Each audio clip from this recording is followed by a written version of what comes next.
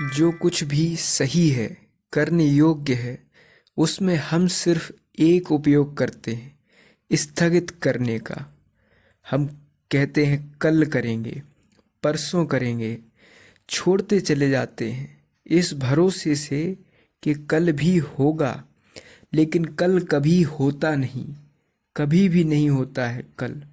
जब भी हाथ में आता है तो आता है आज, और उसको भी कल के भरोसे छोड़ते रहते हैं। जीते ही नहीं, स्थगित करते चले जाते हैं। कल जी लेंगे, परसों जी लेंगे, फिर एक दिन मौत द्वार पर खड़ी हो जाती है। वो क्षण भर का अवसर भी नहीं देती, और तब हम पछताते हैं। वो सब जो स्थगित किया हुआ जीवन है, सब आंखों के सामने खड़ा हो जाता है कि ये क्या क्या जी सकते थे, क्या क्या हो सकता था, कितने अंकुर निकल सकते थे जीवन में, कितनी यात्राएं हो सकती थी। वो कुछ भी नहीं हो पाई। तब पीछे लौट कर देखोगे तो तिजोरियों में रुपए दिखाई पड़ते हैं, जिनको भर लिया है जीवन के मूल्य पर। लड़के बच्चे दिखाई पड़ते हैं, जिनको भर लिया है जीवन के मूल्य पर। चारों तरफ जो बैठे हैं खाट के, बिस्तर के, और सोचते हैं कि चाबी किसके हाथ लगेगी। रो रहे हैं लेकिन ध्यान चाबी पर है। इनको बड़ा कर लिया है जीवन के मूल्य पर। हिसाब किताब, खाता, बैंक, वही सब चलेगा। आप हट जाएंगे, आपका खाता किसी और के नाम हो जाएगा, आपका मकान किसी और का निवास स्थान बन जाएगा। आपकी आकांक्षाएं किन्हीं और के भूत बन जाएंगी, उन पर सवार हो जाएंगी, और आप विदा हो जाएंगे। आपने सारे जीवन जो भी मूल्यवान था उसको स्थगित किया, टाल दिया। हम धर्म को स्थगित करते हैं और अधर्म को जीते हैं।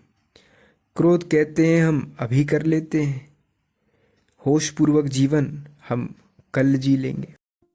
प्रार्थना हम कहते हैं कल कर लेंगे, बेईमानी हम अभी कर लेते हैं। धर्म को हम करते हैं स्थगित, अधर्म को अभी जी लेते हैं। लेकिन क्यों? हमको भी पता है कि जो कल पर स्थगित किया जा सकता है वो नहीं पाएगा। इसलिए जो हम करना चाहते हैं वो आज कर लेते हैं, और जो नहीं करना चाहते वो हम कहते हैं कि कल कर लेंगे, उसको डिले कर देते हैं। हम बेईमान हैं। नहीं करने को, जो हम करना ही नहीं चाहते, हम कह देते हैं बाद में, कल।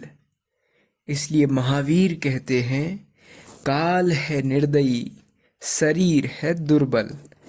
शरीर पर हम बहुत भरोसा करते हैं। यह बहुत आश्चर्यजनक है। क्या है शरीर की क्षमता? 98 डिग्री से 110 डिग्री गर्मी, 12 डिग्री गर्मी आपकी क्षमता है। इधर जरा 95 डिग्री हो गई, बात साफ हो गई। उधर जरा 112 डिग्री हो जाए, फैसला हो गया। इस विराट अस्तित्व में जहाँ समय को नापने के लिए कोई उपाय नहीं है, वहाँ आप कितनी देर जीते हैं? 75, 80 वर्ष। कोई 100 साल जी गया तो चमत्कार है। हमें 100 साल बहुत लगते हैं। क्या है 100 साल इस समय की धारा में, समय की रेत में? नथिंग, कुछ भी नहीं है, क्योंकि पीछे है अनंत धारा जो कभी प्रारंभ नहीं हुई, और आगे है अनंत जो कभी अंत नहीं होगी। इस अनंत में 100 साल का क्या है अर्थ, क्या है मूल्य? साइंटिस्ट हिसाब लगाते हैं तो आदमी 8 घंटे सोता है 24 घंटे में। 4 घंटे खाना पीना, स्नान, कपड़े बदलने में उसमें व्यय हो जाते हैं। 8 घंटे जॉब करता है, घर से ऑफिस, ऑफिस से घर, उसमें व्यय हो जाता है। 20 घंटे, जो 4 घंटे बचे उसमें फिल्म, टीवी देखना, सोशल मीडिया, अखबार पढ़ना इत्यादि। ऐसे करके 24 घंटे खर्च हो जाते हैं, व्यतीत हो जाते हैं, व्यय हो जाते हैं। बचता क्या है इस 100 वर्ष में आपके पास? जिससे आप अपनी आत्मा को जान सकें, पा सकें। किसी ने कहा है कि अगर आदमी की कहानी हम ठीक से देखें तो बड़ी फिजूल मालूम पड़ेगी। A tale told by an idiot, full of fury and noise, signifying nothing. एक मूर्ख के द्वारा कही कथा या कहानी जिसमें शोरगुल बहुत, मतलब बिल्कुल भी नहीं।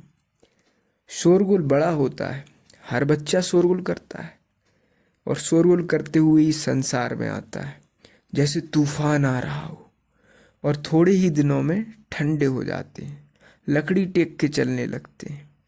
वो सब तूफान, सब शोरगुल, सब खो जाता है। आंखें धुंधली पड़ जाती हैं, हाथ पैर कमज़ोर हो जाते हैं, बिस्तर पर लग जाते हैं। झूले से लेकर कब्र तक कहानी क्या है, सामर्थ्य क्या है शरीर का। शरीर बड़ा कमज़ोर है। जरा सा बैक्टीरिया घुस जाए बीमारी के तो पता चल जाता है कि कितनी आपकी ताकत है। गामा पहलवान लड़ते होंगे पहलवानों से, लेकिन क्षय रोग से नहीं लड़ पाते। गामा टीबी से मरा। टीबी के बैक्टीरिया कीटाणु कितने छोटे होते हैं, इतने छोटे कि आँख से दिखाई भी नहीं पड़ते, माइक्रोस्कोप से देखना पड़ता है। जैसे कोरोना हो गया तो बड़े पहलवानों से जीत गए, लेकिन छोटे पहलवानों से हार गए।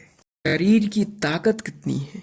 बड़ी बड़ी बीमारियां तो छोड़िए, खांसी जुकाम, जरा सा सर्दी पकड़ ले तो उपाय नहीं, सब ताकत रखी रह जाती है।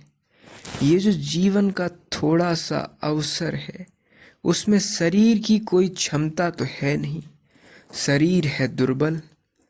सूर्य ठंडा हो जाए तो पृथ्वी के सभी लोग एकदम ठंडे से हो जाएंगे। क्या है क्षमता शरीर की। जरा तापमान गिर जाए तो ज़मीन का तो लोग ठंडे पड़ जाएंगे। आदमी का बस कितना है। जैसे हिरोशिमा और नागासाकी पे बम गिरे तो जो जहाँ था वहीं रह गया, वहीं सूख गया। एक सेकंड में गूगल पर फोटोज़ उपलब्ध हैं जिसमें कोई बच्ची अपना होमवर्क करने सीढ़ियों से ऊपर जा रही है, रात के 9 बजे अपनी किताब बैग के साथ रखने जा रही है ऊपर। वो दीवार से चिपक के सूख गई, राख हो गई। 1,20,000 लोग सेकंडों में राख हो गए। उनकी भी आकांक्षाएं हमारे ही जैसी थी, उनकी भी इच्छाएं हमारे ही जैसी थी, उनकी भी योजनाएं हमारे ही जैसी थी। उन्होंने भी समय का बहुत भरोसा किया था, उनने भी शरीर का बड़ा बल माना था। वो एक सेकंड नहीं रुकता। एक सेकंड में सब रुक जा सकता है और कोई उपाय नहीं शिकायत का। शिकायत किससे करोगे। महावीर कहते हैं, शरीर है दुर्बल, काल है निर्दयी। शरीर है दुर्बल, काल है निर्दयी। ये जानकर भारण्य पक्षी की तरह अप्रमत्त भाव से विचरण करना। भारण्य पक्षी एक माइथोलॉजिकल पौराणिक पक्षी है, कवि की कल्पना, काल्पनिक पक्षी है। यह भारण्य पक्षी समय से, मृत्यु से, जीवन की क्षणभंगुरता से इतना ज़्यादा भयभीत है कि वो सोता ही नहीं, वो उड़ता ही रहता है जागता हुआ, कि सोए और कहीं मौत ना पकड़ ले, मौत ना जकड़ ले, कि जीवन समाप्त ना हो जाए, कहीं मृत्यु ना आ जाए, मौत ना पकड़ ले, कि सोए और कहीं वापस ही ना उठे। ये काल्पनिक पक्षी है। इसलिए महावीर कहते हैं, भारण्य पक्षी की तरह